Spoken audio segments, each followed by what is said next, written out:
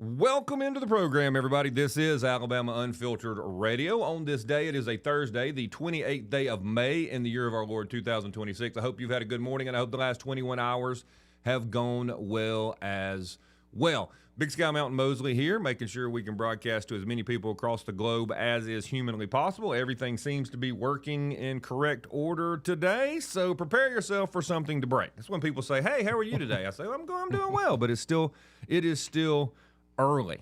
Yes. How are you, Big Sky Mountain?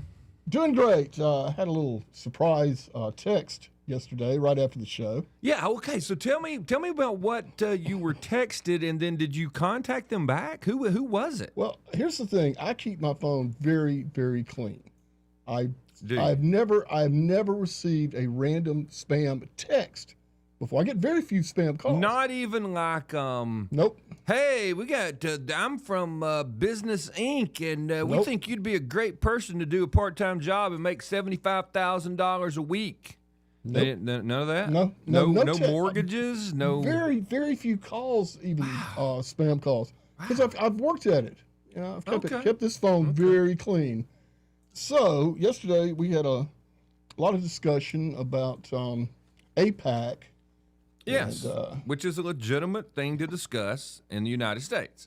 and a lot of talk about Israel. Yes. Of course. So just after we closed down the show at noon, I received this text. And this is not a call or to the station. This is to you. Personal phone, yes. Okay. It reads, "Hi, I'm Sarah. Curious how folks in Alabama are seeing the U.S. relationship with Israel. Are you open to chat?" Really? Yes. I'd like to add, I'm not suicidal whatsoever, okay? And I can pass a drug test, so whatever. Really? Yes. So did you call Sarah back? Ooh, no. That's how you avoid. You don't. Also had stop to end. You don't do that. You don't call. You don't engage in any way possible. Okay. Else they know that you are a live mark. But asking you that question yesterday? Yeah. After all that. So but your phones don't listen to you at all. No. There's nothing like that going on. That is It's very curious. I mean, what are the odds? Not very. Considering. Okay. I don't know which answer is correct. It's either they're not very good or they're extremely high. They're pretty high, I think. Yes. That wow. Mm-hmm. That is Gave that me a is little strong. chill for a moment there. The God would like to know Sarah. Let's see what Sarah wants. I hope I never hear from Sarah again. I did not get one of those questions. That's interesting. How is They're trying to smoke me out. Let me see what they got here. Hold on. Let's see. Somebody sent me something. April 29th. How well do you really know Scott Beason? I think is the question. Not very. I don't know this guy, man. They just connected me with him on the show. I don't know what's going on. I just listen. Yeah. That is that is weird. It's a little disturbing. The golly. Yikes. Well, look, here's the point that people should get from that is that the phones are definitely listening, okay? Mm-hmm. And there are some topics that are much more scrutinized on the algorithms than others. Now, look, you can take from it, we can take from it what we will, but that is just the case. There's no other way around it. I'm just reporting what happened. And the correct answer is, if asked that question, oh no, it's awesome. Everybody, we're solid. If you want to, that is Yes. that is strange. I don't know if you saw it. There's a report out that Google, speaking of how all this works, that Google is changing the way it posts its search results. Now, on the show, we've talked a lot about the fact that there are certain places you go, certain things you look up that no one cares about, and they probably pop up in the historically normal order of this article has been read more times or whatever, and then you kind of go down after that, and it's the next most looked at or read article in the next. It's trying to be the old-fashioned, this is the most relevant article that has to do with what you're searching for. And that's kind of the way things were originally with these search engines. Actually, some of the old search engines, they actually programmed in what the results would be if you search for stuff. I don't know if that went all the way back to, what was it, Ask Jeeves? I remember that, yeah. Yeah, that's how we ended up with Jeeves on our old radio program, by the way, Sky. One of the guys' names, character or person, producer, was Jeeves. Not his real name. Okay, so he became Jeeves in honor of the old Ask Jeeves, because he knew a little bit of everything anyway. But so that's how Jeeves was Jeeves on this program. And so that's just, it started out with, hey, look, a lot of people were asking about this. Here's an article that would answer that. And then it evolved as technology evolved as to the most read or the most popular, maybe the most pertinent article. And then as time passed, people who do what I do would start to notice that, hey, look, I searched for it before the reading list came. I was looking at news about, I don't know, something that happened in Baltimore, Maryland. Okay, there was some shooting or whatever. And I found part of it interesting. Maybe they didn't tell you who the shooter was, even though they knew, or that kind of stuff. The early days. And you go back and try to find it. You would search for it again. You're like, wait a minute. I typed in the same search result. I can remember when I used to cut and paste the little address bar at the top of the page. You search for something, it takes you to an article about Sky, and I would copy, and I would go to a Word document or a notes document or just a plain sheet, paste it. Mm-hmm. Then I'd go and paste it again, because I would have to go back and type that stuff in to bring the article back up on the computer. And some of these articles would, quote unquote, disappear.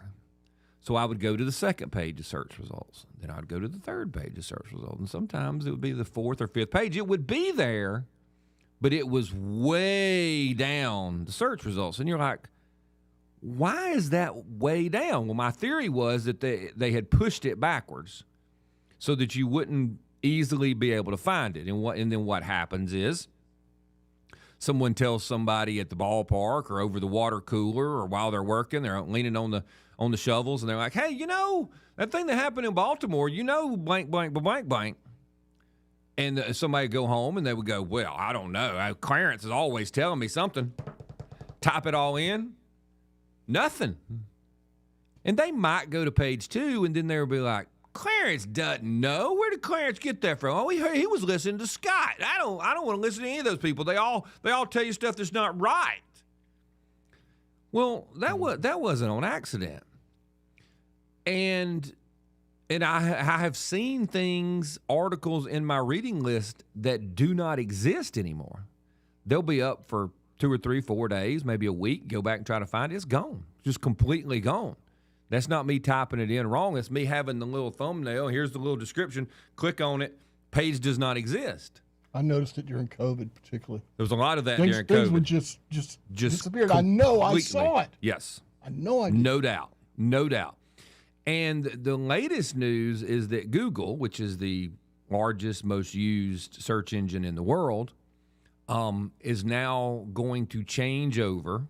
And we'll see if it actually happens. I haven't looked to see if it happened last night. Their AI search results and their little summary of what you should know about whatever you're searching for, that's going to be first now.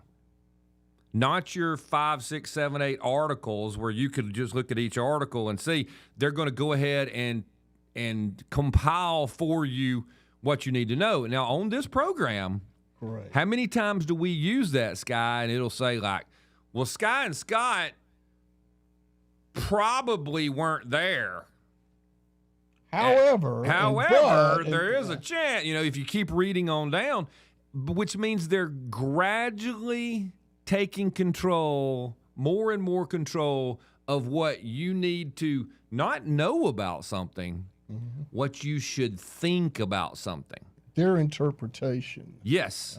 Yes. Much like the mainstream media did with the news over a time period. They're absolutely employing the same tactics. So basically, they're pushing back the facts, if you can find them, further and further and further away from you and from me.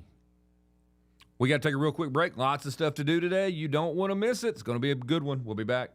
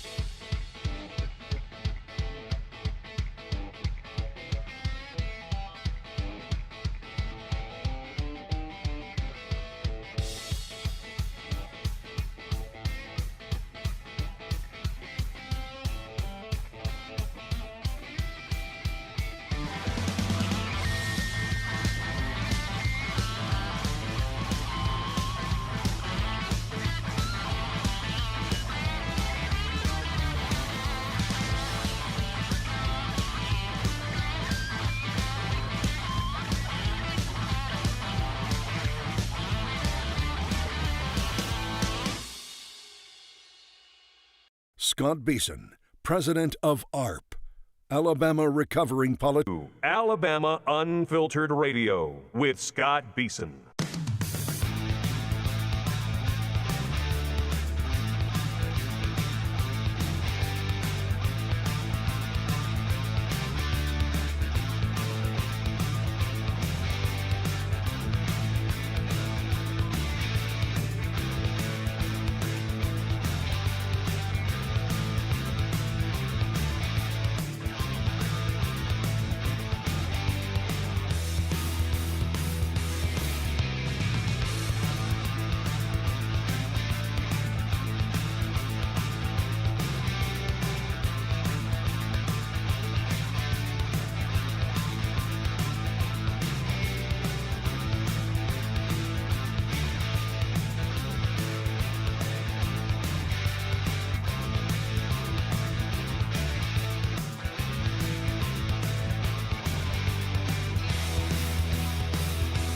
Back in, everybody. This is Alabama Unfiltered Radio. I'm Scott Beason. Thank you for telling people about this program and helping it to grow. We appreciate everything that you do for us. Y'all are why this show matters.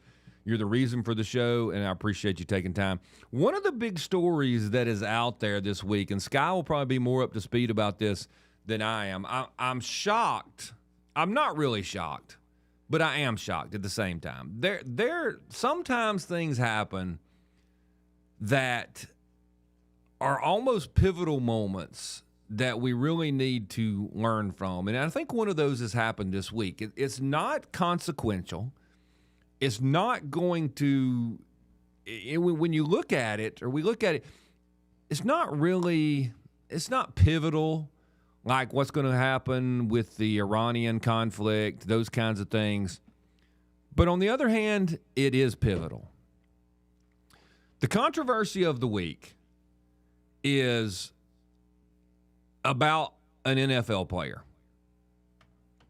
The quarterback of the New York Giants, young man named Jackson Dart. Jackson Dart happens to be a Caucasian kid, plays quarterback for the New York Giants. He played football at Ole Miss for Lane Kiffin, who good old Lane's pretty much showing the world that good old Lane is still bad old Lane. Is he? Is that not true? That's another controversy. Yeah, he's grown up a little bit. I do not. I had begun to be a fan of his because I bought the PR, but he's still snaky. You don't leave him.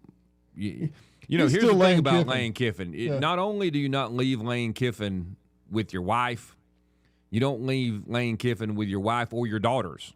No. And maybe not even your grandmother, because Lane Kiffin is no one is safe. No one is safe, and he's just there's just a screw loose. Does that make him not a good coach? No, but there's a screw loose there. But back to Jackson Dart. Jackson Dart plays quarterback at University of Ole Miss.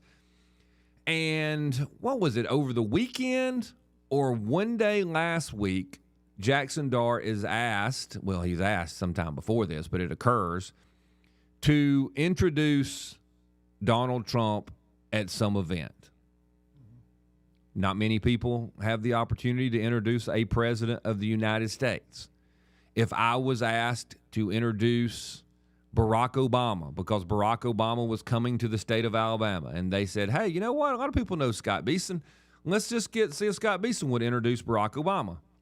I would introduce Barack Obama. You don't get asked to introduce the president of the United States. The office of the president is still the office of the president of these United States. Does that mean I'm going to vote for Barack Obama? No. Does that mean I love Barack Obama? No. But that is an honor, very similar to the honor of you win a national championship in college football, or you win a gold medal in hockey. And if the team is asked to go to the White House and have a ceremony, you doggone flip and go. I have been to ceremonies. I have been to events put on, sponsored by, along with people I don't like. And so have y'all. We've all done things that we didn't love the sponsors. We didn't love the people putting it on. All the way down to things that happen at the church. Have y'all ever been to something at church that, well, Joe's got the kids' vacation Bible school kickoff revival thing, on Sunday night before we start on Monday. Well, I don't like Joe. Joe's a jerk. Yeah, but you're not going for that. You're going for the event. You're going because you want Vacation Bible School to go well, not because Joe's doing it. It's that kind of stuff. We all do things that we don't necessarily love, but the controversy came because Jackson Dart introduced the president of the United States. And then some other NFL player who I don't know who he is spouts off about it. He plays on the New York Giants team. And then so there's all these people on social media just saying how terrible it is. Now here's my understanding of why it is terrible, okay? And this is a weird thing to me, and look, but it's the world we live in. People don't like to hear about the world we live in all the time, but this seems to be the case. A tremendous number of black Americans are mad at Jackson Dart for introducing the president because he should have known how it would make black NFL players feel for him having introduced the president, because the president is supposed to be some sort of racist. I can't find anybody who proves to me how Donald Trump is racist. I also can't find some of these same people. They're not upset with, what was his name? Barkley? How do you say his first name? Jaquan Barkley. Didn't Jaquan play golf with the president and all kind of stuff? Yeah. He's buddies with the president. A lot of athletes of every different amount of melanin know the president. And so you start to get this feel that it's, what are y'all talking about? So Jackson Dart can't introduce the president of the United States because some people in the NFL, and I'm serious, guy. I watched somebody this morning who's a famous former NFL player, and he's talking about basically, well, you should know better. It's gonna really mess up the chemistry between you and your players, and you gotta have the black player. I'm like, what are you talking about? These people are individuals. That's the world the way I try to see the world. But every time I turn around, there's somebody saying, no, Scott. You can't look at people as individuals. You have to understand how things affect whole groups of people. And I'm like, am I respecting people because they're individuals made by God? Am I judging people based on the content of their character? Or do you want me to judge people as a whole? Because I get a feeling from the Dart thing that I'm supposed to judge people as a whole. And then you say, well, who decides how the whole is supposed to be judged? Is it Mr. Barkley? What'd you say? How do I say it? Jaquan. Jaquan? Do I judge everybody based on Jaquan Barkley? Well, if I do that, then Jackson Dart is perfectly good. Everybody loves the president. It's all awesome. It's great and wonderful. Or do I judge them based on the response of people that are on the internet? But my question is, why is everything do or die for the leftist? Oh, you introduced the president, you must be destroyed. Yeah. And then they're causing this division. I think Jackson Dart's jersey is sold, and that's now the record-selling jersey in a week's time or something like that, some unbelievable amount of money. And the more this is all stirred up, the more the jersey's going to sell, apparently.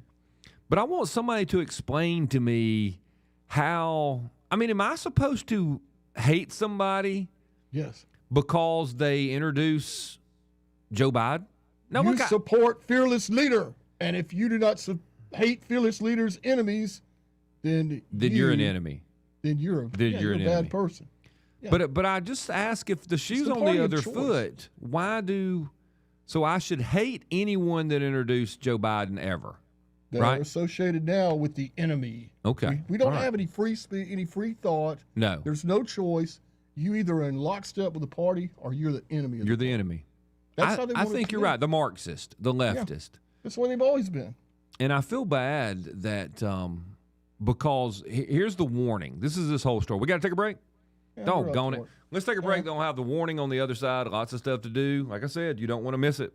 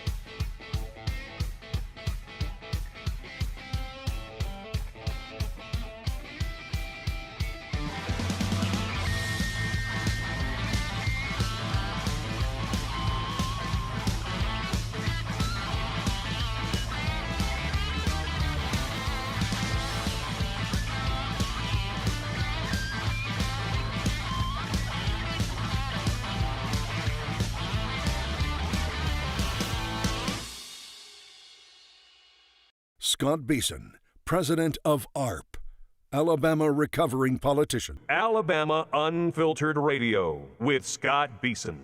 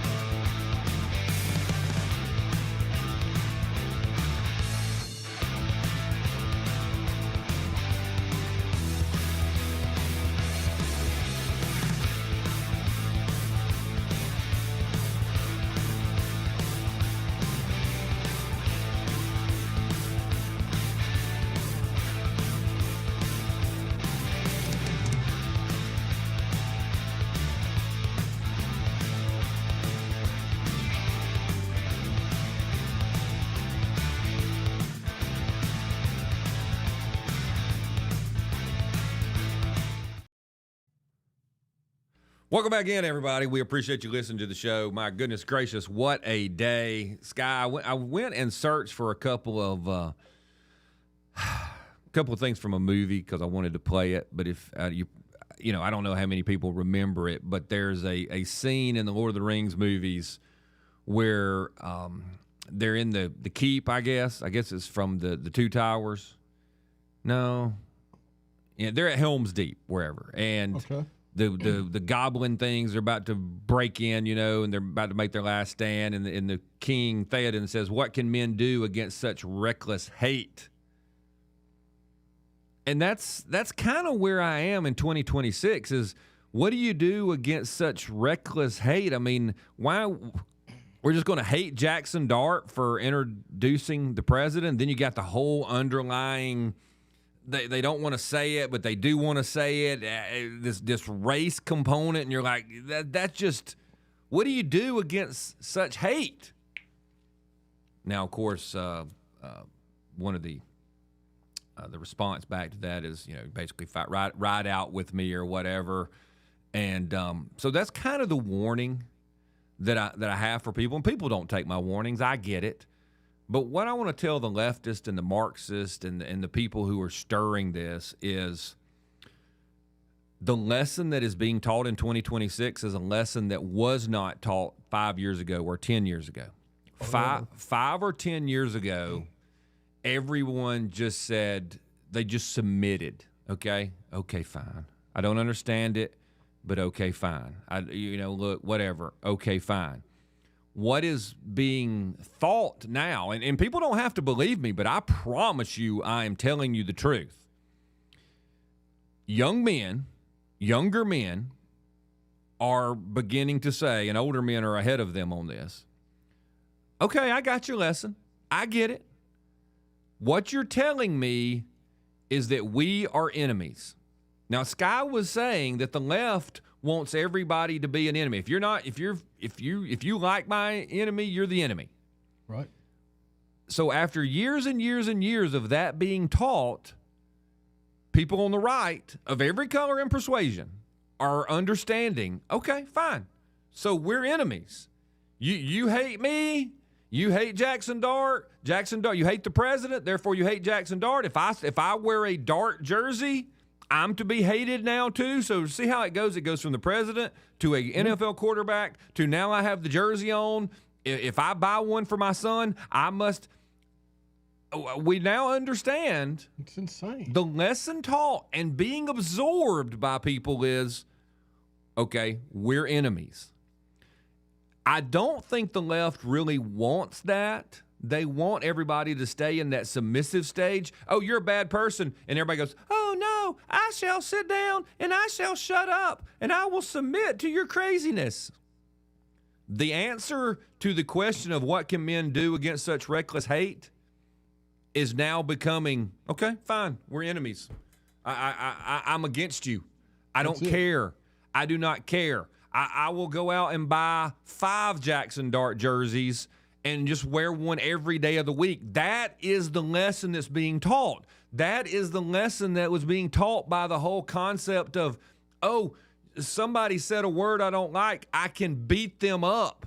I can kill them because they said a word I don't like. Well, what if you say a word I don't like? What if you call me terrible names? What if you, oh, that doesn't matter. You must take it. The days of you must take it are dwindling away. And I'm trying to warn people, quit kicking over the fire ant bed. Eventually the fire ants are coming out. But man, these people want it so badly, Sky. They think they do. They want it so badly. And eventually the time comes when people snap. Now, many times people snap after it's too late. But when the snapping occurs, I feel for everyone.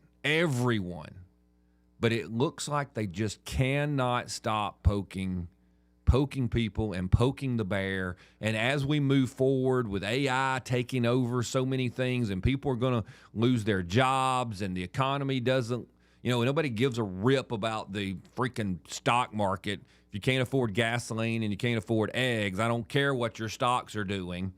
All these things are culminating all at the same time.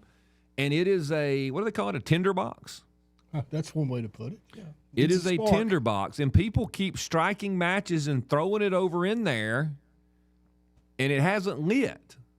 But when it lights, I'm just trying to warn people because I want people to live peaceful, godly lives and get to enjoy their families and go to heaven. That's what I want puts you people completely to do. at odds with the DNC. Yes, Completely because at they odds. don't All that want. does not work for their platform. And and here's the thing: I'm fine. You do whatever you want. I mean, I don't want you teaching it in my schools, and I don't want it everywhere. But do your thing. But what is it? What does the left say? You be you. But you guys on the left have got to stop. And you're using people to kick it off. Do I have time to go out to Duke? Let's go to Duke. Let's check in with. Let's get Duke over here. Duke can explain it all to me. Duke, I hope you're doing well. Happy Thursday to you. How you doing? How you doing, sir? I'm doing well, Duke. I hope you are, my friend. Now, I'm sitting here listening to you, and Yeah. I laughed a little bit. I laughed a little bit, man, because there's a lot of hypocritical type stuff going on nowadays. All right, well, tell me about it. Tell me how. All right. Recently, what's the difference? I'm going to ask you what's the difference. I'm going to go and get to it. Okay. What's the difference in these people treating Jackson Dart the way they are when Trump said he didn't like Massey in Kentucky, and what happened to that man? What happened to the one in Texas that Trump didn't like him? Now, here's the difference, Duke. I'm glad I'm glad you asked the difference because they are running for political office. I agreed with Trump on wait. I agreed with Trump on one of those races. I don't agree with Trump on the other race, but those are political races where people are taking a side and people are making a choice of who to vote for leadership. That is a normal, common thing. It's no different than me saying, "Hey, Duke, I hope you'll vote for my friend Sky for whatever city council in Montgomery," or "I hope you'll vote against the person running against Sky." That is an accepted place and time to do that. That's a lot different than a Jackson Dart saying, "Hey, here's the president of the United States. Yay, he's my friend." And then everybody deciding to hate. Why would you hate Dart for that? Hold a minute. Okay. Hold a minute. Let me stop you right there now. you know the atmosphere we're in right now, okay? Everybody run to the little corner. Now, why are we in that atmosphere, Duke? Wait. Huh? I'm going to give you plenty of time, Duke. I never cut you off. We're going to have a break. We'll have a commercial break coming up. But why are we in some sort of rough political environment? Tell me, in your experience, what is Donald Trump doing to upset, now, these are the players in this thing, to upset the black community or black NFL players? Tell me one thing that Donald Trump has done other than support historically black colleges and universities, commute the sentences. Commute the sentences of hundreds of black Americans who were sentenced to long periods in prison under Democrat leadership. What has Donald Trump done to cause black NFL players to say he's a terrible person? Okay. All right, you think about that during the commercial break. We're going to take that break, and then I'm going to let you answer that unfettered. We'll be back.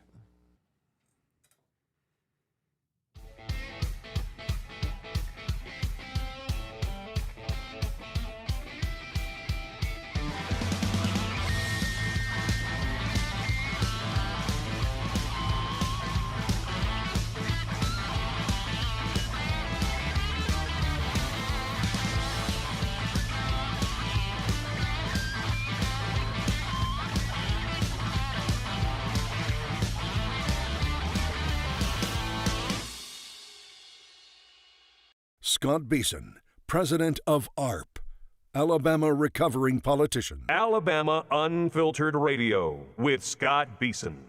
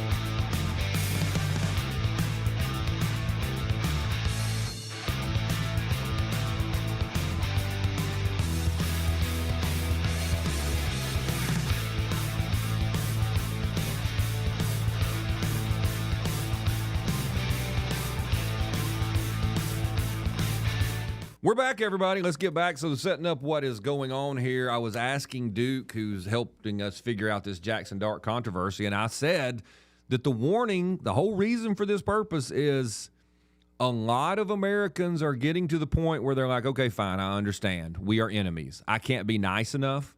I can't be good enough. I can't give away enough. Taxpayers can't give away enough. Can't be tolerant enough. We cannot win. You told me that we are enemies, and okay, fine, whatever. Whenever you want to get it on, let's get it on. That's what I'm afraid the lesson that is being absorbed into people's minds is. And I asked Duke, why are, especially black professional athletes, what has Donald Trump done to them, or to black Americans in general, that make them hate Donald Trump? And we went through the whole break, and so now here is the answer. Duke, welcome back in. All right, Mr. Scott. Yes, sir. Now, all the things you reeled off about what Trump did for black folks, all that was just a front. Just like So you putting think blacks on welfare and all that. now? years ago. All wasn't Democrats didn't do the permanent funding for the historically black colleges and universities. So why? That ain't my point though. My point is, all of the front. If he was serious Oh, about he black was folks, he was faking it. He would have gave Tim Scott a job. He would have gave Tim Scott a job on his team. I saw them yesterday at the little round table. All white folks kissing up to Trump. Oh, I love what you doing, baby boy. Okay, so tell me why black folks are mad at Donald Trump. What has he done? What has he done to them? Not only. Well, we can go on about how he been behaving. No. So wait, Duke. So black folks in America are mad at Donald Trump because how he's been behaving. We're not necessarily mad. We're not mad at him. We just paying attention to him. Okay. We checking out what he do instead of what he say. Okay. Okay. So what does he do? Black folks, but he couldn't put one on his damn team. So you're telling me wait, Duke. So you're telling me black NFL athletes are mad at Jackson Dart because he introduced Trump and Trump didn't put Scott, who y'all opposed for re-election, on the cabinet position or in somewhere in the White House. That's what black Americans are mad about. No, you tried to prop. No, you went that direction, trying to prop Trump up like he done so much for blacks and love black folks. I don't. He would have gave Tim Scott a damn spot. I just want to know why y'all are mad at Donald Trump. Hey man, but I'm just saying there's not a difference in okay, check this out now. My point I was making was you guys in there come out, people are attacking this boy. Massey was attacked by the so-called voter when Trump came out and said, I don't like him. I don't know whether it got something to do with the Epstein files or what, but Massey was on his shit list, boo-boo list, I meant to say. Yeah, but look, Trump's mad at Massey for a couple of different reasons that I disagree with. I know that, but why are people mad at Jackson Dart? Yeah, Massey's a political candidate. Why is it the people that voted for Massey and the guy in Florida turn on him because Trump said he didn't like him anymore? But again, Duke, what does that have to do with why are black Americans mad at Jackson Dart? What did Jackson Dart do to black Americans? Nicki Minaj got some of the same treatment. Nicki Minaj and anybody who runs and sniff up Trump butt like that right there when he ain't studying your black ass. So that's okay, all right. Well, let's be fair about it, and please try to keep because a lot of kids listen to the show when they're in their cars with their parents. But are you telling me that people didn't sniff up Barack Obama or Joe Biden? I mean, but y'all aren't mad at them. Why are they mad at them? We never had a president that when a man died, he said glad he did, and everybody parading around. And so that's why y'all are mad at Jackson Dart. Black Americans are mad at Donald Trump because he said he was glad. Who was it? He was glad he died. Can't remember. Oh man. Who was it, Duke? Who was it? Who was the guy? I can't. If we need to be insulted. I'm sure the person was a great person, like a really good person everybody loved. Let's see. Keep going. Massey was a good person. Massey did all hey, Duke, you wouldn't vote for Massey? I like him. You would not have voted for Massey. He did a great job. Duke, would you have voted for Massey? I would have voted for Massey. I like him. You would have voted for a Republican for Congress? Yes. Yes, I would have, because he stood up on his own, and he wasn't a yes boy, do boy, whatever y'all terminology you wish to use.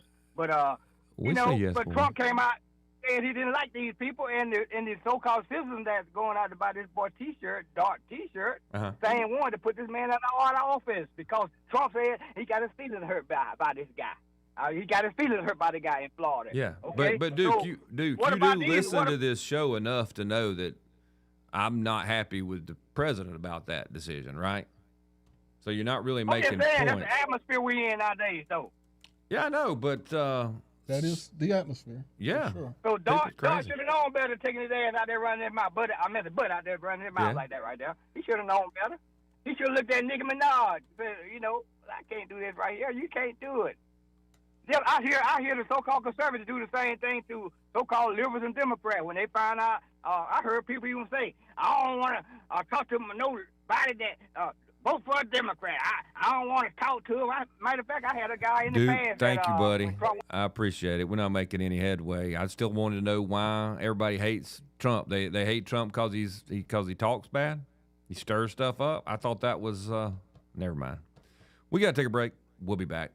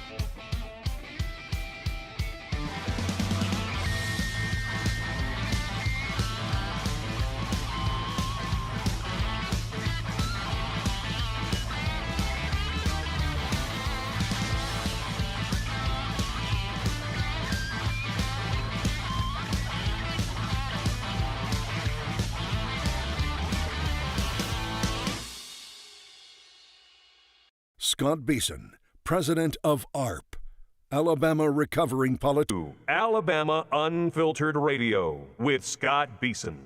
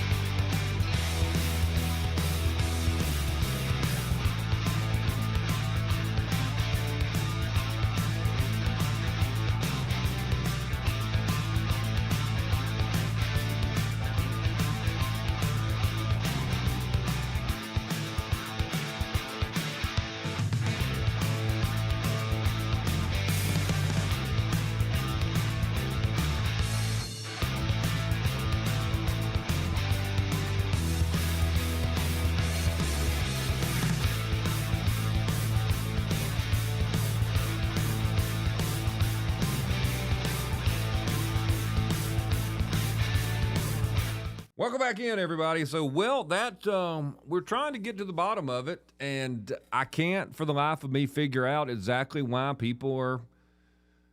are people, especially black Americans, who are making it known that they are mad at Jackson Dart for introducing the President of the United States. Now, the lesson to be taught, and this is what the left does, and frankly, these influencers are being manipulated. I'm just going to go ahead and tell you straight up. I don't think most black Americans care.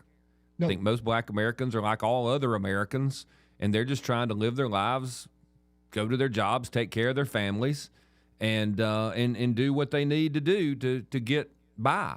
But unfortunately, minority groups in the United States are utilized by Marxists, by leftists, to stir things up constantly, which is why I was so proud of so many people when AOC came to Montgomery, Alabama, and did the North needs to pull up on the South, and New York needs to pull up on Alabama, and we need to pull up in Mississippi and Georgia and all these places. I saw influencer after influencer from minority populations going, leave us alone. Stay up there. We don't want you. You've messed up your part of the world. Y'all just stay up there and leave us alone. We get along just fine. It was encouraging. It was encouraging. And more people need to see that. And the reason I say that is because I'm honestly warning people about we've got to stop this tinderbox stuff. Now, the left, Marxist, and they indeed are Marxist. They want people angry. Revolution is how they get their way. Now, I'm predicting that America is a different beast than all the other places they've taken over, conquered, caused a revolution, and then got their little Marxist way. I think America is different, and that's why I'm trying to warn them. You know, they have never had any qualms in the history of Marxism about slaughtering, murdering thousands of people to get their little socialist Marxist utopia that turns into a hellscape. They've not. But I think what they're missing in America is Americans who oppose them are armed to the teeth. Good point. And the bloodshed will be much. There'll be more.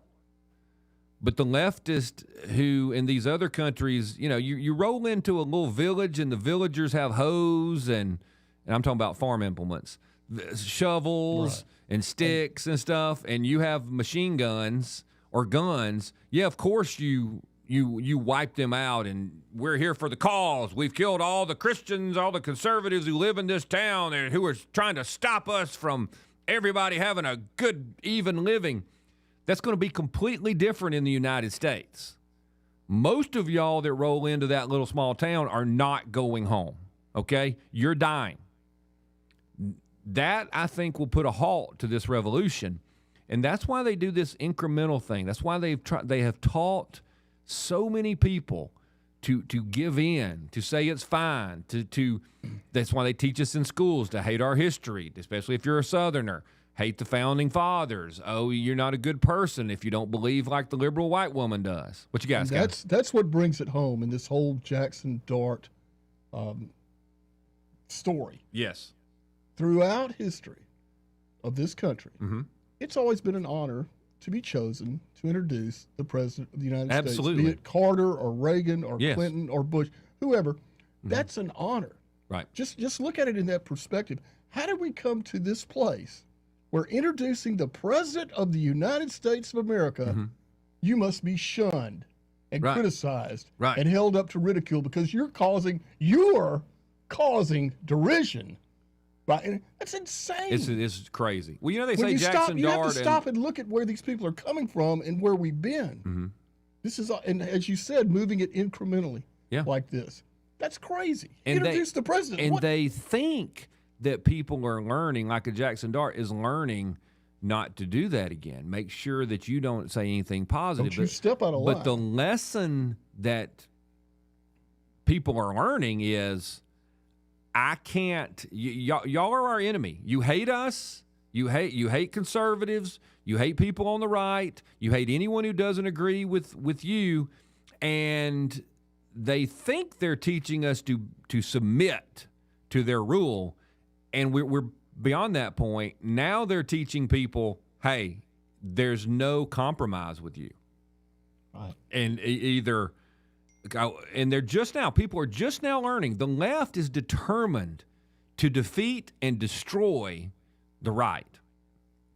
Regular people on the right who want to mind their own business, who are nice people of every different color, persuasion, religion, everything, are finally realizing that the left intends to destroy them and that there is no compromise and that the left is an enemy. We are only now beginning to see the left as the left sees us. Ah, yes. That is a good thing. We should see that they hate us and they intend to destroy us and they intend to destroy our history, our tradition, our religion, everything. They are out to destroy what has historically been known as Christendom. And it is just now, and it is things like the Jackson Dart story. It is things like, I don't want to step off in this too far, but it's the Jackson Dart story. It's the Caitlin Clark story. And Caitlin Clark didn't even do anything political. Caitlin Clark tried her best to be supportive of all the insanity that is in the WNBA, but the WNBA is determined that their organization is about black women and lesbians. That's it ought to be called that ought to have that somewhere in its name. And since Caitlin Clark doesn't fit that mold, then she needs to be destroyed as well. People are learning this lesson. And what I'm trying to tell people is the quote-unquote enemy is not black Americans. The enemy is not Hispanic Americans. The enemy are the Marxists and the pagans, the anti-Christians, the anti-Americans, the people who say you must live the way we say. We don't care about tradition. We don't care about history. We have a new set of rules, and we are going to make you live by these rules. And if you don't live by them, if you even introduce someone who opposes us at all, you are to be destroyed. That is who we're fighting against. Not the way anybody looks. I am welcoming to anybody, no matter how they look, to my side, to my team. But my team is not going to be destroyed. My team is going to save the republic. My team is going to save the state of Alabama. My team is going to save our history, our tradition, and that history and tradition is based on Christian values, respect for everyone. Everyone's made in the image of God, and we're going to obey his guidelines and commands. If you don't like those, then you are the enemy. And I hate it, but if you're going against that, you're the enemy. And I'm not going to we're not going to just take our beatings anymore because I can see the future and, population-wise and changes in the country because of things that have been done with illegal immigration, et cetera. We either stand for our values and everybody, no matter how they look, picks a side. But we're going to stand for American values. And we're going to hold on to it. And we're going to hold on to that tradition. And you are not going to take our culture. And you can go on social media all you want and say there is no culture. America has culture, has had culture. And we're not going to let you wash it away into some third world Marxist dystopian hellscape just because you want it. You can kick and scream and moan and whine. I don't care how much money you have. I don't care if you're a billionaire. We're not letting you take it. We got to take a break. We'll be back.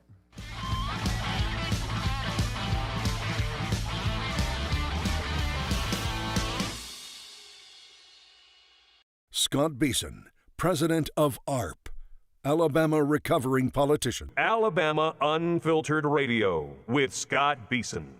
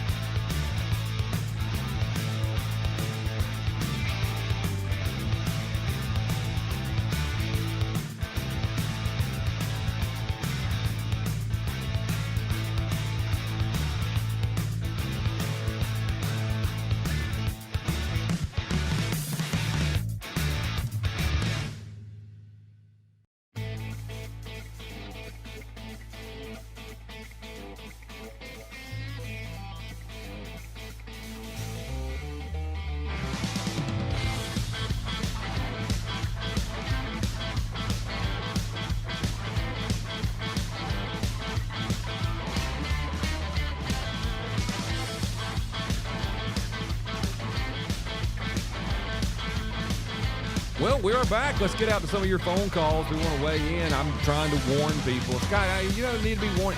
That's the point. We're at this uncomfortable stage where just warning people of, hey, all this rigmarole, all this, I don't want to say it's race hustling, but all this constant, everybody is at war. You introduce the president, you're great. I mean, it's just bad. And warning people, saying, hey, y'all got to stop. You got to quit doing that. You got to quit stoking the fire. What do you mean? What do you mean? What do you mean? Look, I just want people to be able to live and have good, positive lives and enjoy their families. And I see America headed for some sort of train wreck. And we're just out there trying to get people to, hey, stop the train. The bridge is out. Quit setting the bridge on fire or the bridge will be out. Let's go out to Dennis. Dennis, welcome to the program. Good morning, gentlemen. How are you today? I'm doing pretty good. How about you? Pretty good. And everything you said about the direction that these leftists are pushing things to. Yes, sir. And what their intents are. There's a very large majority of right-wing people in this state that have seen that for the last couple of years. Yeah, so you don't think I'm losing my mind on that, Dennis? Oh, absolutely not. Okay. Absolutely not. They are stoking an agenda which will cause them a lot of damage, because if it ever comes to that point, there won't be no Scott Beason, president of ARP, Alabama Recovering Politician. Alabama Unfiltered Radio with Scott Beason.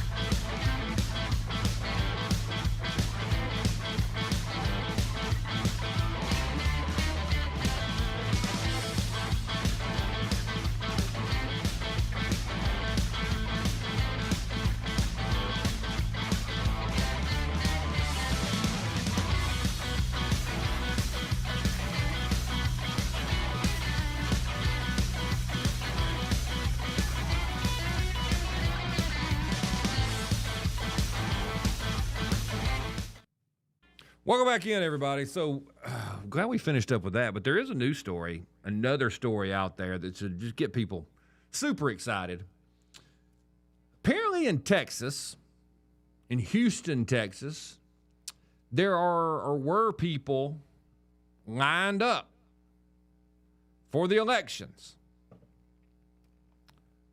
Massive lines, according to the story by Davy Crockett, which I'm sure is it's over at Not to Be, so I'm sure that's a pseudonym, because I guess you have to use pseudonyms now, Sky, because if you're a writer at Not to Be, you're liable to, have somebody roll up at your house and egg it. You just hope they vandalize your property, and that's all, right? Yeah, you publicly disagree with the left, so you're in danger. So you are always in danger. It's violence be used against you. It's the same reason that you can't have a one time, look, and I have my differences with Donald Trump. Everybody gets that.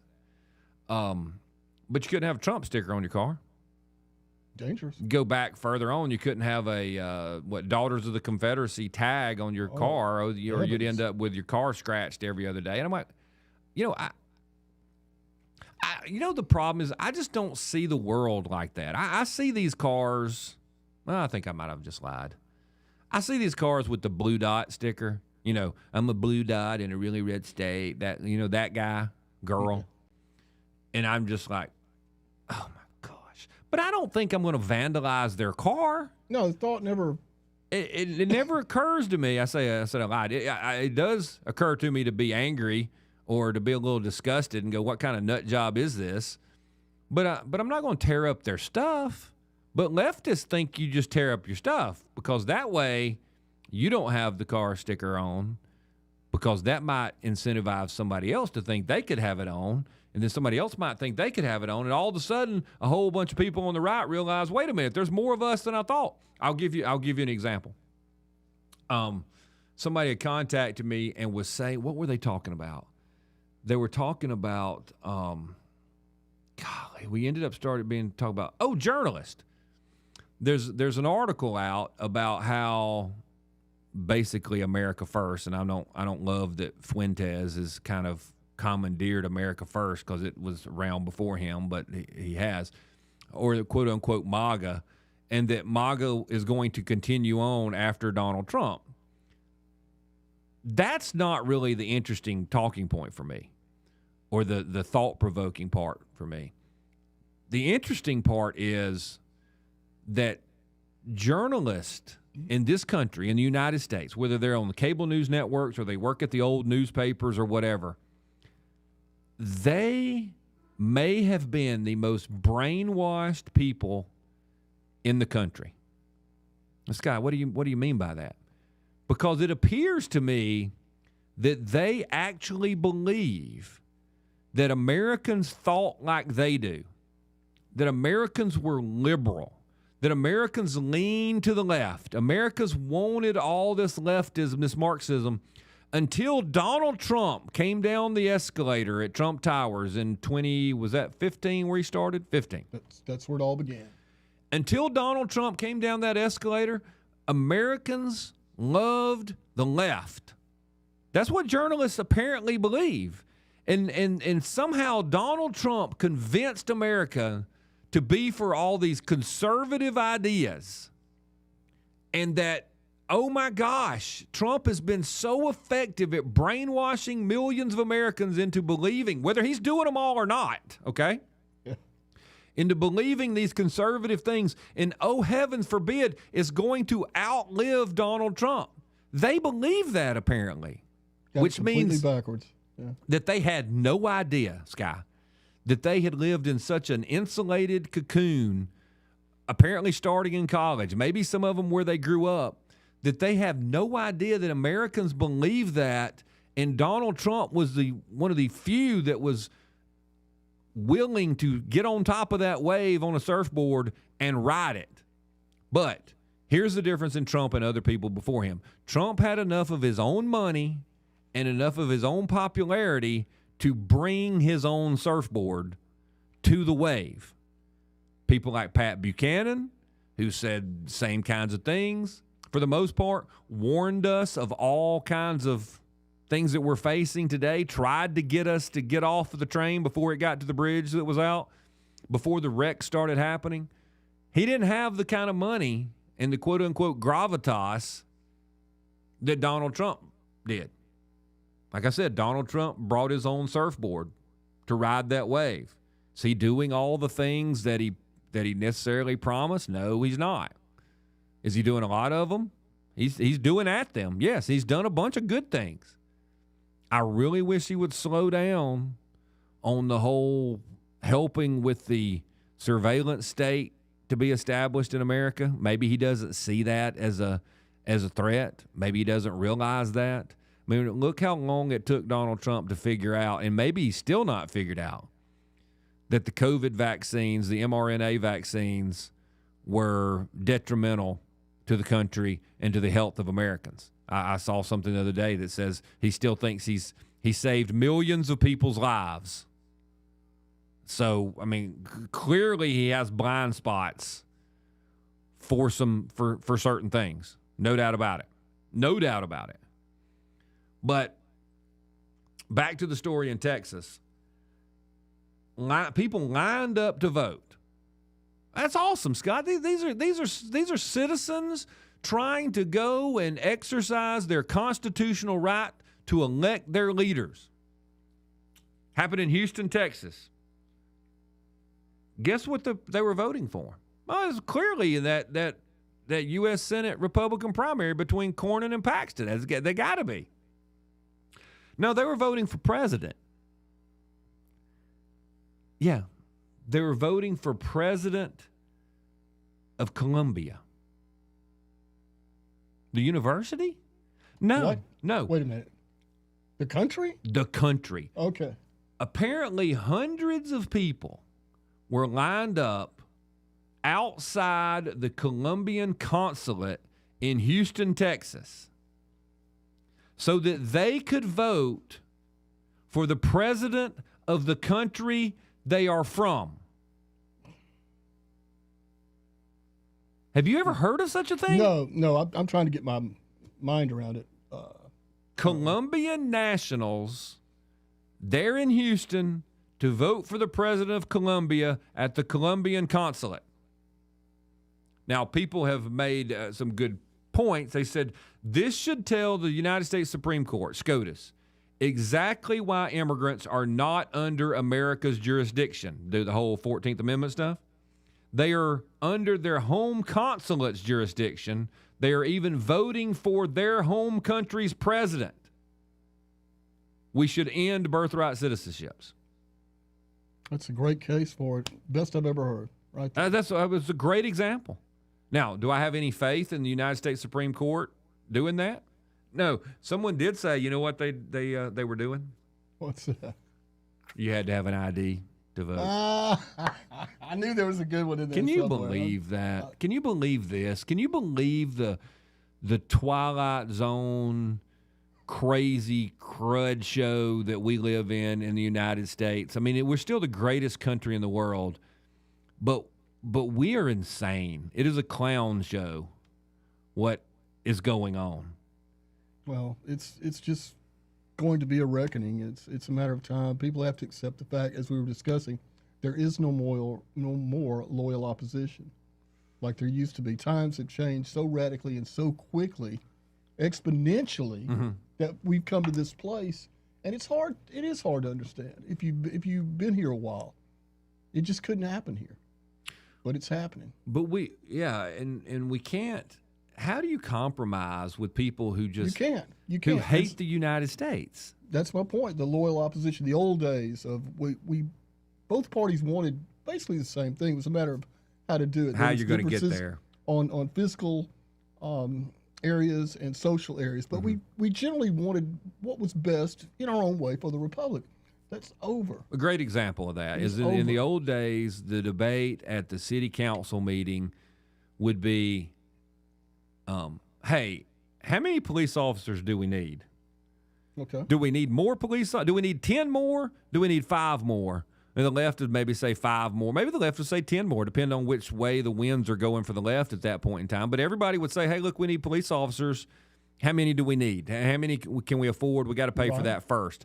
Now we literally have the left saying, we don't need police officers. Right. We're Not just at gonna all. get That's rid what of them altogether. It's insane. And so how do you compromise? And that's what a lot of You the can't. squishy people that I've come in contact through the years, they're like, well, politics is really about compromise. And I would say, well, what do you want me to how do I compromise on this issue right here? Show me how to compromise on it. How do you compromise with someone that wants you dead and destroyed? Yeah. You can't. You can't. And there are issues that you can't go halfway. You're either all in or you're not. You can't be a little bit pregnant. Right? Isn't that what they say? That's what Can't I've be a little heard. bit pregnant. So if you can't be a little bit pregnant, can you just be and this is another issue. I know it's touchy. Can you just have a little bit of an abortion? Or you either all Have a in or little all bit out? dead. And we've tried that one for years and years and years on, how can we just do a little? How can we make the pro-abortion people just a little bit happy?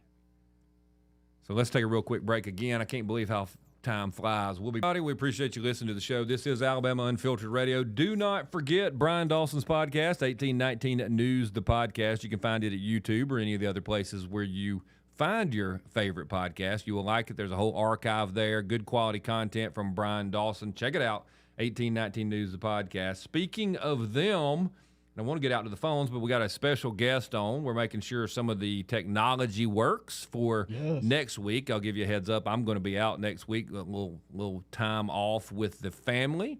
But you will be glad to hear that an old favorite, especially in the river region, April Marie, will be on with you at least 3 days next week. April Marie, how are you? I'm doing great. How are you? Oh, wow. That sounds really good. We just hope that you can dial in. We need to check you without my computer working at the same time and make sure you're not hosted on this show. But we'll figure that. But I'll work on that. This is at least working. Well, April Marie, it's good to talk with you, and I know y'all are doing a lot of good work over at 1819 News. What's the latest thing that you've been working on? Where are you assigned now? I think you mentioned it that you have a. So I'm on the education. I'm on the education beat. Okay. But every now and again, I veer from that, especially here in Jefferson County, because there's a lot of shenanigans going on here. Shenanigans. That's a nice way to put it. Are you That's what we got going on. Are you on the probate judge thing? I am on the probate judge thing, and it just every day. So now I've gotten pictures. Oh, Scott Beason, the pictures I've gotten. I've got pictures of this lady. She's in her personal life leads quite a colorful nightlife, and and so I've got I've had all these complaints. She is now she's divorced from him now, but when Anaya Blanchard was killed, she was Anaya's stepmom. And so wait. When this lady was Anaya Blanchard's stepmom? Yes. Really? Yeah, Yeshiba Blanchard is her name. She was married to Anaya's father when Anaya was abducted and killed. Okay. And so she got a lot of, in terms of her running for election and her campaign and all the things. The Blanchard name is obviously statewide. Everybody knows Anaya. Yeah. They know what happened to her, and so they know the name Anaya Blanchard. And so, there's a lot of talk about that. People go, how did she get in? Well, she's a Blanchard, and people felt, rightfully. There's a lot of sympathy vote there. Sympathy for her, for that family. Okay. And so, for those who didn't realize that connection, Yeshiba Blanchard was Anaya's stepmother. And so, how old is this lady? Yeshiba. She's probably late 40s. Okay. Or late 40s, early 50s. But what happened was when she was suspended, I got the order saying she was suspended, and we were one of the first people to actually break the document itself. Okay. And then it went downhill from there. Scott, I don't know if you read the 120-page report that came on after, but this woman did not want to be on the bench. She used every excuse in the book, from her dogs needed to be walked to just being late in general, canceling dockets for, conferences, but canceling them late, a bunch of sorority stuff all over her timeline. There's a lot going on in this lady's life that has nothing to do with her job, but she'd love to be out there in a robe and representing the fact she held this office. Wow. Yeah, it is She a is mess. 52 years old, according to holding up well. A couple of different places that I found. That's at least. Did what she the- say? Was that a real quote that she said she had no boss? Yes. So she is quoted as, so what she did was the staff in the main courthouse in the Jefferson County, where the main courthouse is, if she didn't like them, she would assign them to Bessemer. And so she had this group of employees, and she sent them all to Bessemer, and basically said it's a temporary assignment, but indefinite. Now, two of these cases. Look, if you can't, what's the use of having power, April Marie, if you can't abuse it? Can't bully people around. Yeah. Golly. I tell you what. Well, what ends up happening, and it's gut wrenching. One of the women who was supposed to be in downtown. All right, her hold that, sister was because ill. people want to hear this. So let's. April Marie Fogel is with us, and we got to take a quick break for the top of the hour, and we will be right back.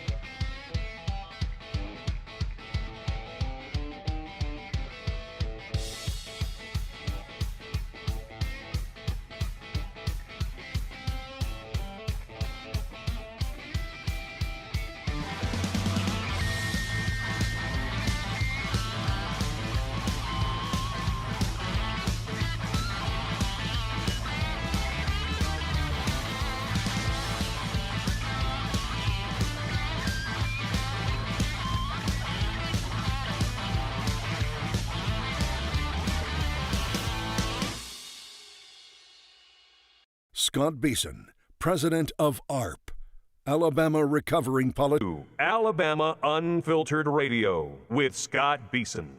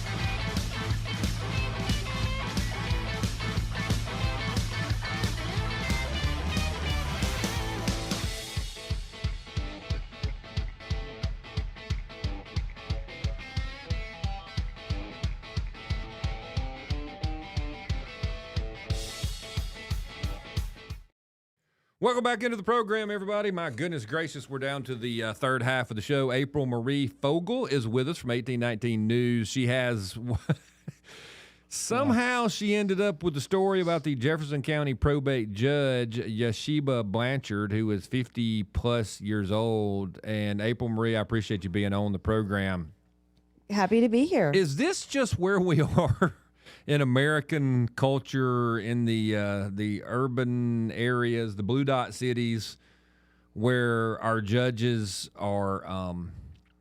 Yes. Being that she's a judge, could I say that the bar has been lowered? Yeah. I have to tell you, Scott, and this is, I believe, just like open borders and immigration was such a big issue, I truly believe with all my heart that at some point there will be a tipping point, whether it's a combination of probate judges like this or judges letting criminals off who go out and reoffend. But I think judges is going to, at some point, we're going to turn the page and we're going to say, this is the problem, challenge we are going to fix now, because it is both a problem and it's a challenge. And what they said about her was because of her lack of wanting to do cases, people who were involuntarily committed sat in hospitals taking up beds that violent people, that drug addicted people, that they needed. So the community was less safe because this woman would rather go to social functions and take her picture. Right. I'm surprised at how this is turning out. Another question I have is, how long has this stuff been going on? Oh, I am so glad you asked that. That was one thing that got me fired up and really peeved off. The first complaint about her, this is not an exaggeration, was before she took office, what she planned to do when she got in there, the transition period. Okay. And then the first day she was sworn in, she became a terror. Now, and then they had the cases. She wouldn't hear cases. She was late because she had to walk her dogs. She would just all willy-nilly cancel things. And I've got images. Hey, April Marie, can we point out that, look, there's not a lot of judges in the state already that are just burning down the courthouse because they work so much. Can I say that? That is fair. That is fair. All right. I just wanted to get that out there. This woman, what she does is she makes us really realize that we need some kind of judicial reform where it shouldn't take a year and a half of somebody acting this way to be suspended. She's not even removed from the bench yet. She could come back. I mean, you know, it's, yeah. Did it make it to the Judicial Inquiry Commission? Who is that's who suspended her. Okay. Is the first process, the 120 pages.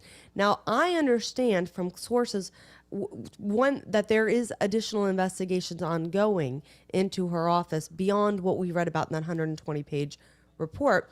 And then a lawsuit was filed. This is what's going to be new. So you're hearing it first here. It'll be on 1819 this afternoon. A lawsuit has been filed because there is a Democrat, Representative Sellers, a Democrat lawmaker. She, who runs in Jefferson County, she hired two of his sisters in her office. And now there's claims of impropriety relating to the election. Oh, really? Mm-hmm. Well, I mean, no one would cheat in an election in Alabama. We have the gold standard. I mean, it's almost impossible. In Jefferson County, Alabama.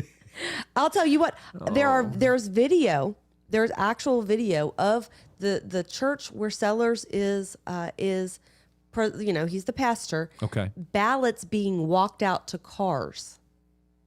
I mean, how else are you going to transport them, April Marie? I mean, you can't just walk around the city. It's dangerous. Curbside voting. Curbside voting. A man pulls up in a Cadillac. I believe it was a Cadillac. And then a poll worker walks outside with a ballot and hands it to him while he's sitting in the car. You can't do that in the state of Alabama. No. We don't have drive-through voting. No. Not only do we not have it, they specifically, after COVID, when the Democrats wanted to do it, they specifically passed a law saying you can't do it. You can't do it. Well. And they did it. I've seen video. Why are you against people, getting to vote?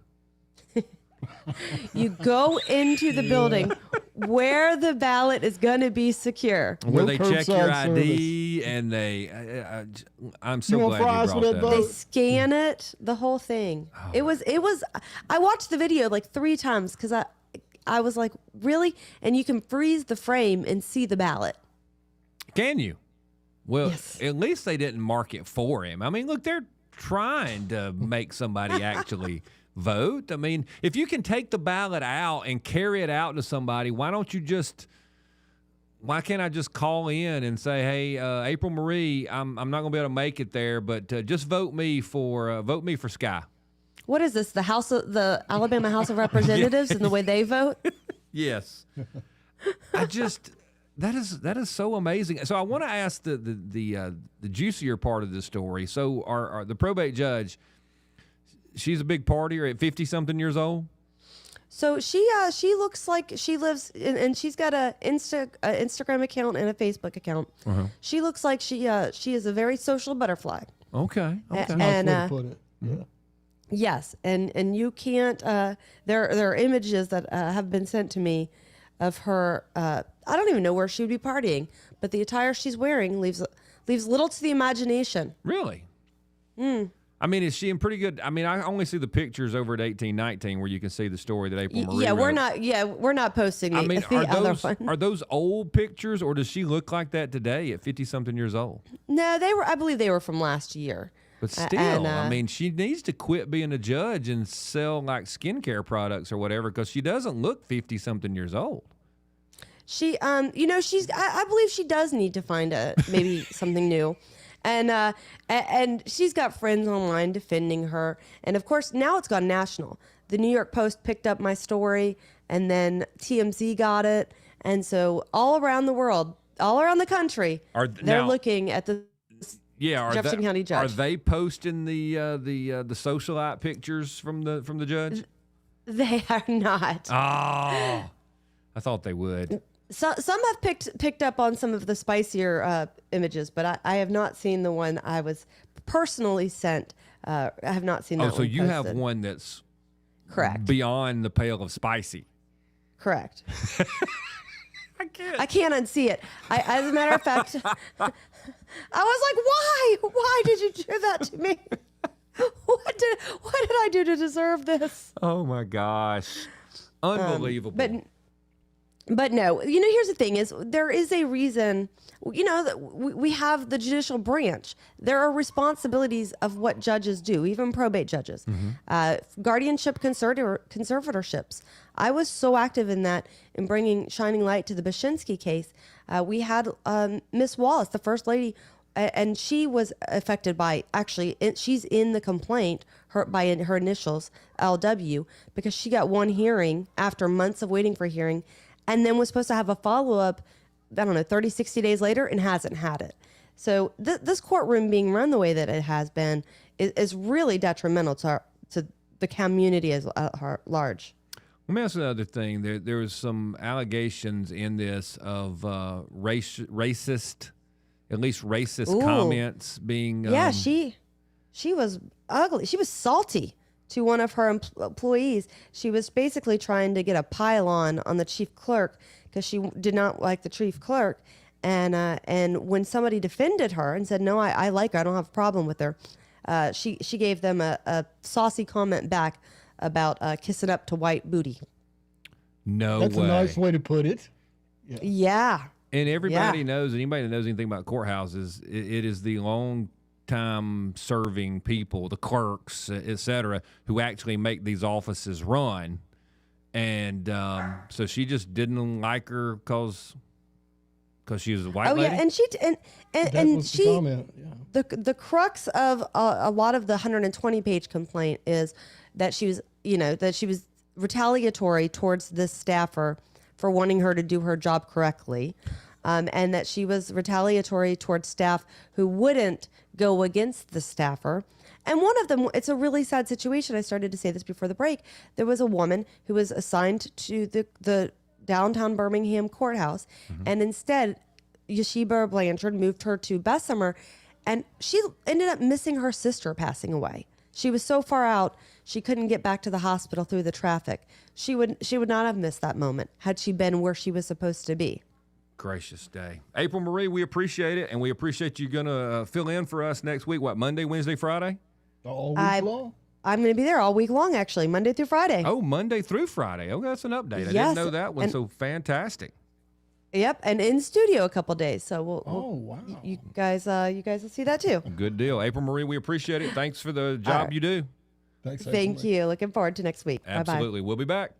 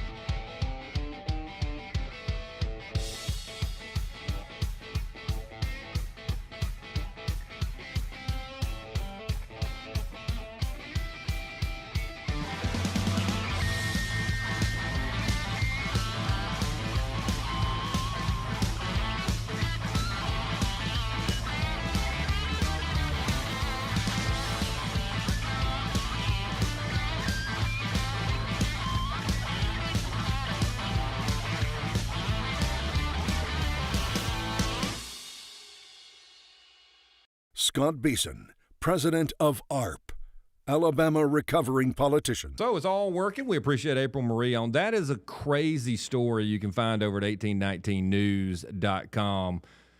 The probate judge story in Jefferson County, Alabama. And I don't begrudge anybody from having a good time and whatever, but you just think it's kind of like judges, pastors. You kind of think, I kind of want them to be even keeled, calm. Do they kind of, do they think about things? Is it somebody when I see them like, you know what, his opinion, her opinion, I respect it. If we disagree, she probably has a good reason and she's really thought it out, because that's my impression of people, or at least that's how I think pastors and judges ought to be. Does that make sense? Totally. So you don't, there's a certain amount of decorum in class that should be expected. Yes. Yeah. So it's a fascinating thing. And when April Marie said that one of the photos she was sent was spicier than the ones we're going to see, and I haven't looked for the spicy ones. April Marie cleaned up several of the items in the story. Really? For us, yes. For our consumption. Yes. Let's go to Papa B. Papa B, welcome to the program. Anybody else that was on the phones while April Marie was on, if y'all want to give us a call back, we'll work you in. But hey, Papa B. Hey, guys. What's up? I can't wait for April Marie Fogle, my old friend, to be on the air next week. For a whole week. Because she is, someday, one fine day, she's going to have to admit that old Papa B was right about COVID, about the 2020 elections, and the fact that Michelle Obama is a man. The big three. You're definitely right on the first two. And there's a very good chance on the last one. A very good chance, I would say. So more than a good chance. What's on your mind? Anyway, I can't believe. I'm just shocked and amazed to see that there's potential fraud and racism in Jefferson County. It's beyond. I'm floored, actually. I know, me too. I actually, during the break, went out and chained myself to a fence out here by the railroad tracks because that's what you do. Yeah. Well, so, all right, you were talking about, how the left, we have this view of them, of that why are they all, violent and everything? Well, we project onto them what we think, just normal people will do given certain situations. We're not going to be, me and you, we're not going to go out there and riot and loot and burn, We're not going to do that. We're not going to, carry out all kind of mischievous actions and things that are going to hurt people. We don't, because, that's what we think. We're like, well, wait a minute. Right. Why are they doing that? Well, we project onto them what we think is what they are, and they aren't. They haven't been for a very long time. I want to remind you and everybody else that what we're dealing with here is an organized crime syndicate. Now, they're loosely organized in some ways, but all have, common objectives in mind, and they will operate independently to get those objectives met, or sometimes they'll do it, in planned ways. So, that's who we're dealing with here. And right now, the Trump administration has been choking off their money supplies, getting rid of the, what do you call them, the, charitable institutions, the NGOs and all that, getting rid of their money that has been coming in, getting the fraud cleaned up and all that. So it's making them kind of mad, Scott. It's shaking their world up. Yeah. Plus, the fact that Trump's popularity remains strong. Well, there's clear evidence of that, in spite of the gaslighting that goes on in their media machines. So these are not some nice people here. that we're dealing with. I wish it was not that, but it is. And so we have to kind of deal with reality as it is, I'm afraid. No, you make a good point. I've heard so many people through the years say, well, you've probably heard it as well, no one would do that. Well, no one we know might do that. But no, right. Someone absolutely would. And then let me ask you this. What do you think about this effort that apparently is afoot out of the Trump administration to, I think E. Jean Carroll, they just released something where they're going after the people that fund all this craziness out in the streets, which would include some people like, I'm not alleging that he is, but like George Soros and others. That's the top of the food chain. Yeah, way past due. I mean, people that, fund really terrorist activity. If you remember in Missouri, I can't remember, Ferguson. Yeah. I'm telling you what, if I was the city of Ferguson, I would haul George Soros' butt into court and turn him upside down by his ankles and shake him until his money came out. That's the kind of thing that goes, like hauling in bricks, stuff like that. Mm-hmm. Because this is who funded it. People like George Soros. Right. You might not catch his fingerprints on it directly, but you probably can trace it back pretty easily. And I think that they're going to get down to the bottom of some things like this because it's not right. It's not right in any situation, especially right here in the United States. And St. Louis is still reeling from that whole Ferguson. Oh yeah, event. Yeah. Still, the Bank of America building is going into foreclosure right now. The 40-story. Look at Minneapolis, dude. Look at Minneapolis. Right. Turned totally upside down. Still is with the George Floyd. Oh, they loved it. I mean, Jim Walz's wife opened the window. Apparently, is what I heard the report was, and she said she loved the smell of burning tires in the morning. They're destroyers. They love destruction. Right. Yeah. They have common goals, and that is, in one, the destruction of this country by any means possible. I just want to take one quick segue, though, real quick, okay, and kind of answer these folks that are all anxious and everything about the Iran thing. Okay. I hear people saying, "Well, he's got to go in and finish the job." Mm-hmm. I want you to know that there's like 34 million people, I think is what it is, in Iran. I think it's 90 million. Okay, well, let's just say it's 1% or 0.5% of that that are the true believers, the hardcore, the fanatics, the crazy jihadis. That's 3.5 million people. When you say finish the job, that's what you're going to have to do. Okay, Trump, I'm convinced that Trump is, at heart, he's a dove, okay? He's not a warmonger. He doesn't want to just go in blood and guts and everything. But if you say, let's finish the job, that's what you're talking about doing.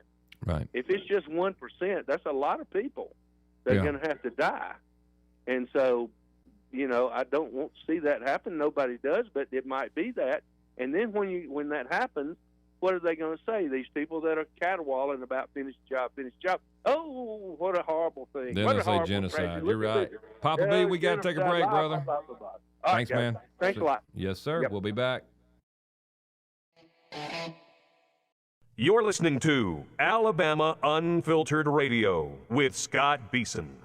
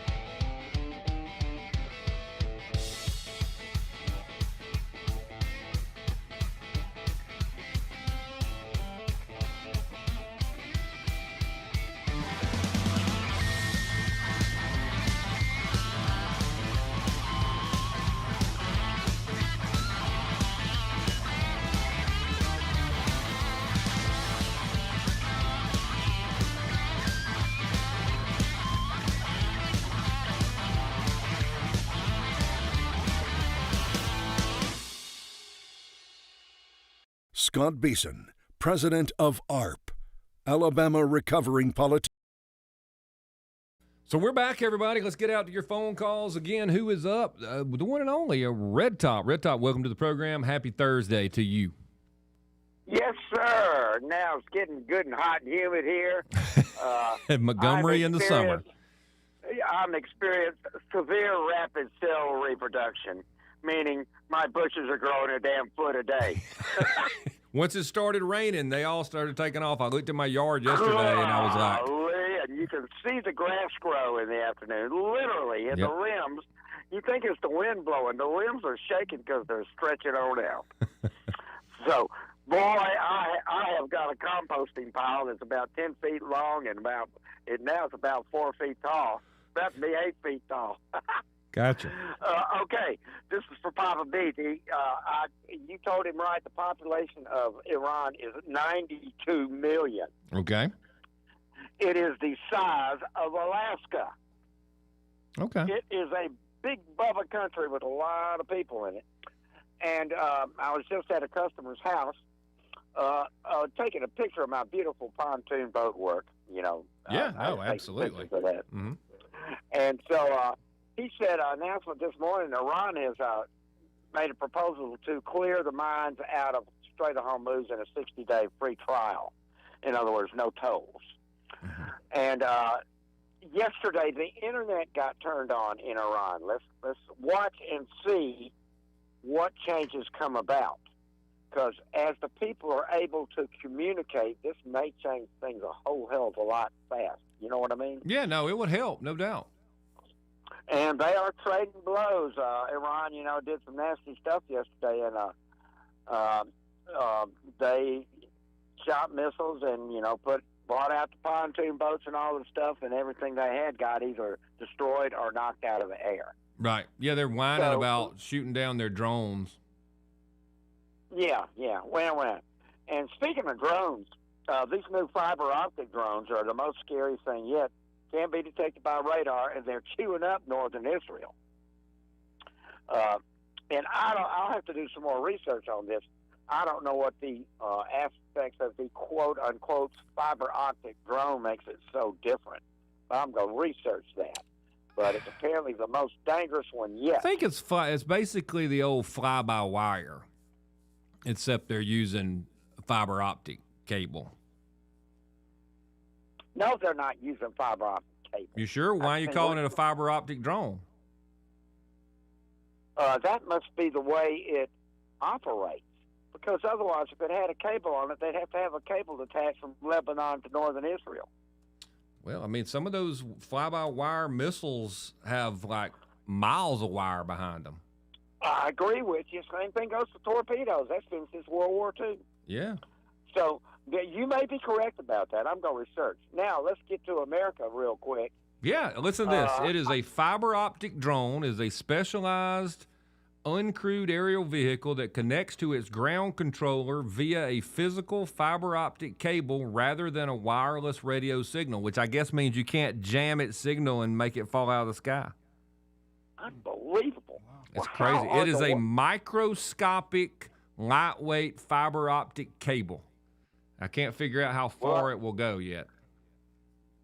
God, it must be a long damn ways. Well, I have to say, probably the whole territory of southern Lebanon, northern Israel is one giant trip hazard. If you got, I've seen a picture in Ukraine of where the whole forest is just covered in wires. Yeah, it says here. I don't know my calculation for kilometers. Typical range 10 to 15 kilometers, though some configurations can extend further. Wow, 12 miles, something like that. That's a good 12 miles, guys. That's a long chunk of wire, ain't it? That sure is. Who's going to get all that damn stuff up? It's a good question. I hope it rots. Is this biodegradable? What about the environment? Fuck yes, it's a biodegradable. Stop the war. Now, we got to watch out here in Alabama. We're under more surveillance and censorship on the internet. Mm-hmm. Iris scanners are now going to be used by DHS, and they're really working well. And, of course, we're going to be under surveillance in all the construction zones. Oh, yeah, because they got the drones. Our legislature voted to be able to allow drones. And just wait until one of us gets multiple tickets all at the same time at your house from having gone just a few miles over the speed limit in a construction zone where no one was at working. Yep. You're going to have a hell of a time proving it, though. Oh, I know. Yeah, you're just going to be out of luck. You're going to be out of luck. Man, fortunately, these things do not get reported to insurance companies. Did you know that? Oh, so they're doing the civil fine thing instead of the criminal? It must be, because I got, must have got 5 or 6 red light tickets. Uh-huh. And my insurance company is not aware of it. Oh, well, that's good. That's good. So they apparently do not report that, and for good reason, because, wasn't no cop that gave me a damn ticket, was it? Yeah, I know. That one, the one that we've talked about before, where the towns will send you the $100 one, knowing that you can't take off work. You can't. I mean, it is an unbelievably good scam they're running. Oh, it's a damn shakedown. Ain't no doubt about it. There's no doubt. But this one's going to be the state, though, Red Top. That one's going to be a little more interesting when it comes from the state in a construction zone. That sure is. It's You're going to have to pay that one, I'm afraid. Mm-hmm. Yeah, and I wouldn't mess around with them either, because the most powerful person is a judge. Let's not forget that. That's right. And they may have to get home to walk the dogs or have a party to go to. Yeah, you can just stay in the our mental health judge. facility through Thanksgiving, and I'll be at the club. Yeah. All right, Red Top. He's gone. He's gone. He said, "Roll Tide, go Trump." Did he say "Roll Tide, go Trump"? I didn't hear him. That's his way of saying that's the way it is. People are going to be very upset when they get these speeding tickets. And y'all remember what they fixed? Remember we were saying, what are y'all doing with a $250 ticket? So they said, oh, well, we'll take off the $250. So what's the regular speeding ticket you get from a state trooper right now? Huh? I don't know. It's got to be like $180 at least. I've heard it's pretty close to that. And isn't it doubled in a construction zone? Oh, that's right. So if you double 180, that's still 360, even under Common Core math, right? That's going to hurt. So think what the legislature did for us, okay? Yeah. They said, you know what? We can't go with that $250 ticket. We'll take that off. So they actually raised what we're probably going to have to pay. They're so good to us. And you know what? I don't know if they even knew what they were doing. Because that's the smartest thing you said all day, man. I would be mad at them if they were like, hey, look, take off the $250. We'll get $360 out of them. Now, I don't think they did that. I think they thought they were going to help us out. Gee, thanks. Yeah, I know. I don't know which is worse, to be sneaky or dumb. It's that quote from the Paul Newman movie. Wish you'd stop being so good to me, boss. Wow! Please stop being Knock good you to right me. back in the ditch, man. Please, sir, may I have another? We got to take a break. We'll be back. You're listening to Alabama Unfiltered Radio with Scott Beason.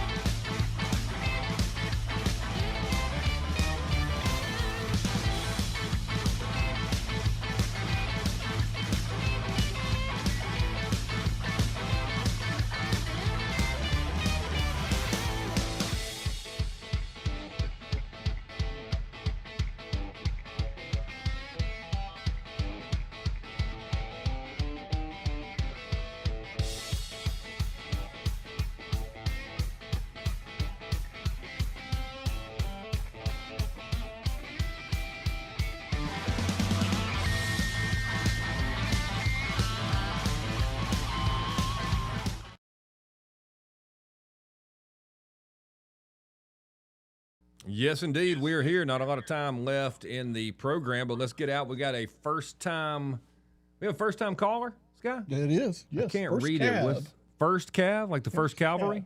That's the one. Cavalry. There's not an L before the V. There is in Alabama. Not in my shorthand. Anyway. First Cav, welcome to the program. I hope you're well. Happy Thursday to you. And back at you, sir. Thank you. Yes, sir. During the Vietnam era, okay, believe it or not, we had them back then. A lot of it's top secret. I can't tell you a lot about it, but it's called a tube-operated wire-guided system, okay? Okay. And the wire is super, super, super thin, and it comes out of the back of the missile, okay? Yes, sir. And it can cut you if you go across it. You know what I'm saying? But, I bet. It's got to be way thinner than piano wire. Oh, absolutely. Yeah, it's super, super, super thin. You can't see it really with a naked eye if you was looking at it, okay? Wow. And that's how thin it is. And we've had it back that far as Vietnam.